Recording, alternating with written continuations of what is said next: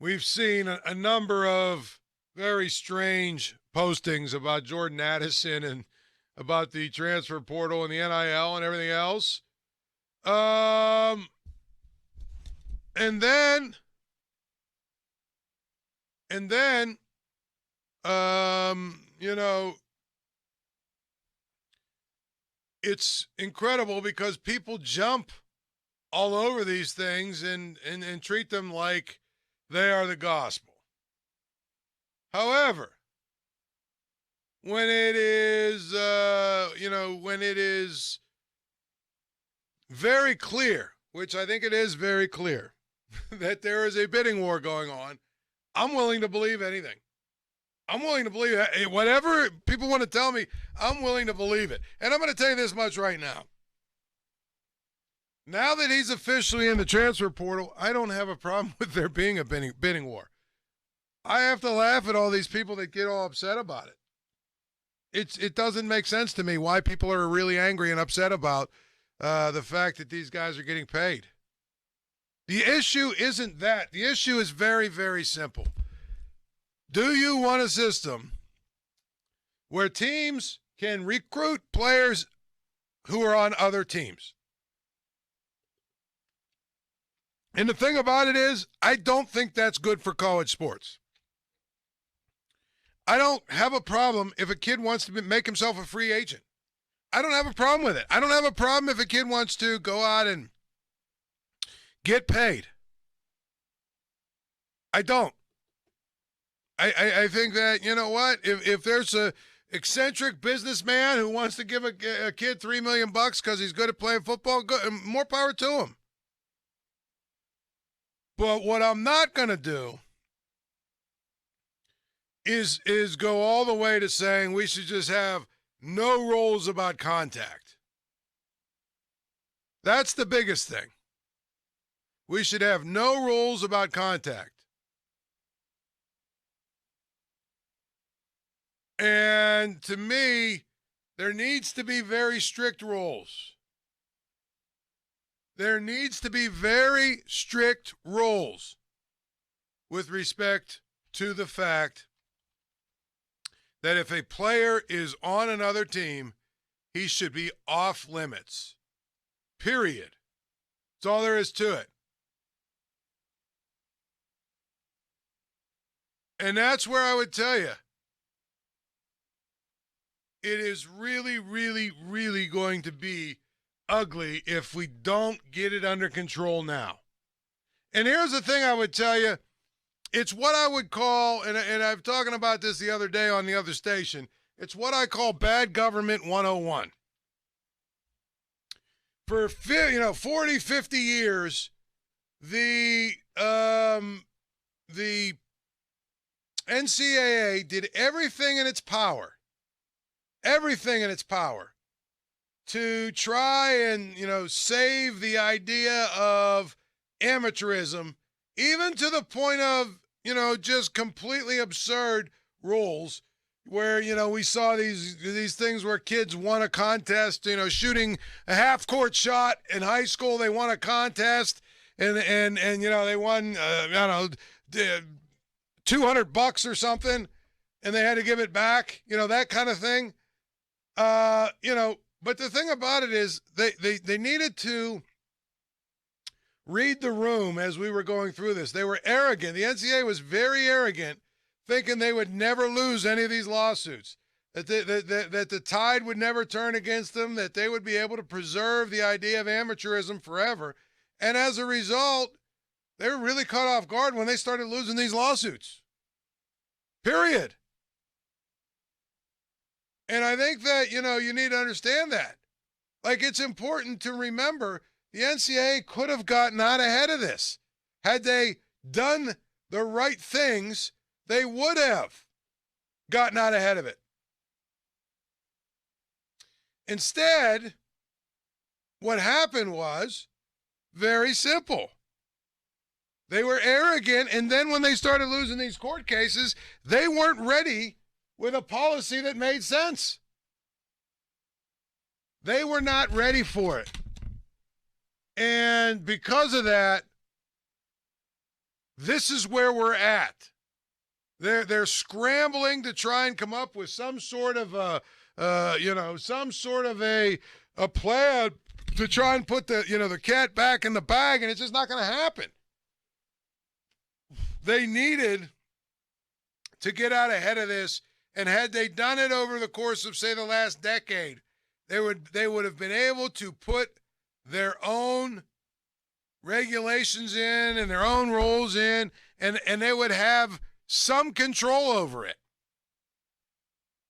Now, what they need to do, more than anything else, is really, when they sit down to discuss how they're going to do it, they really, really, really need to figure out, how to limit contact. And it's really tough now because agents are involved. Once they made the decision to allow agents to be involved, they basically said it's the wild, wild west. But they had no choice. And that's the problem. When you are in a situation where you have to be reactive as opposed to proactive. See, if you put rules in ahead of time, you can control the situation a lot more. That's called being proactive. If you try and put rules in after the fact, you have almost no chance of controlling the situation at all. And usually it's going to be a total failure, or there's going to be a lot of bumps in the road until you get to the right place.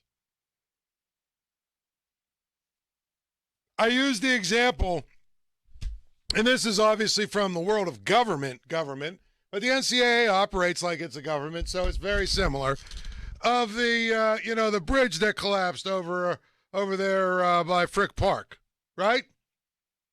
It's going to take 2 years and, an incredible amount of money. I forget how much money. It's going to take 2 years and millions and millions and millions of dollars to fix. 2 years, traffic nightmare, traffic headaches all around that area for 2 years minimum. And it's going to cost millions and millions of dollars, right? Had they inspected the bridge properly, realized it was really in trouble, they probably could have done it in a week or two, fortified it, had the thing back up and running in a couple of weeks, and done it at a very, very reasonable cost. Again, proactive versus reactive. And that's what the NCAA is doing right now. The NCAA is reactive. They're reacting. Not. And so that's why, if there's a businessman out there that wants to get, here's the thing.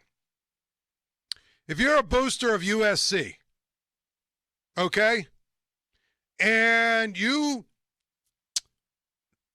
have, somebody on the coaching staff that's a buddy, that's willing to tell you some things, which I can tell you lots of boosters have moles on the coaching staff. And the coach says to you, well, we could use a receiver. Okay. The booster calls one of his buddies who's not an official booster of USC and says, hey, can you call this agent and tell him that if his client, who happens to be a really good receiver, is looking for a big NIL deal, we have it here for him at USC. How big? Could be $3 million. And that's where we would even start. So if he's, looking to getting paid and he's not happy with what they're paying him at Pitt, you know what? Tell him that there's a big deal here at USC for him. So now the booster's buddy picks up the phone, calls the agent. The agent then obviously talks to Jordan Addison. There's no connection between coaching, the coaching staff and Jordan Addison, the USC coaching staff and Jordan Addison.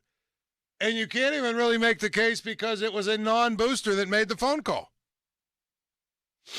But there has to be some way to regulate that. And I would almost argue the easiest way to regulate it is agents are not allowed to discuss other NIL deals with their clients until their client is in the transfer portal.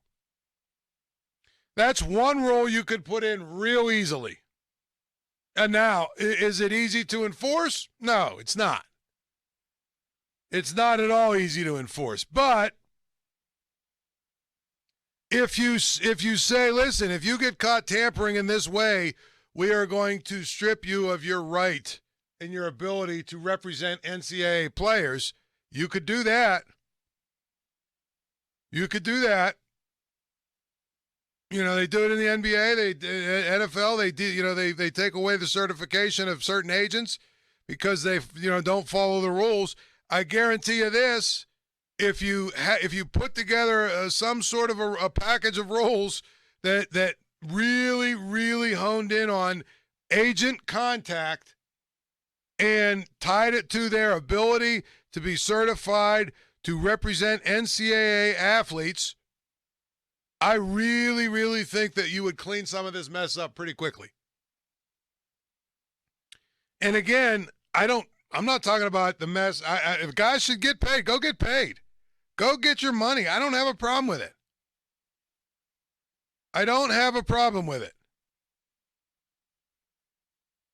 at all. But be in the transfer portal. Be a free agent first. And so to me, the way that you do it, I think, is you focus a lot of your tampering rules on agents and also on registered boosters. And I think, honestly, if you could start there, you could start to clean it up a little bit. Now, again, there's always ways around it. I mean, there's always ways around it. If you're if you're a booster's buddy and the guy says, listen, I'm going to give you a plane ticket, fly out to Pittsburgh, hang out on campus and see if you can run into Jordan Addison. I don't know how you could stop that. But there's got to be steps you can take. But again, had they been proactive and really, really honed in on this stuff, we wouldn't be having many of these conversations.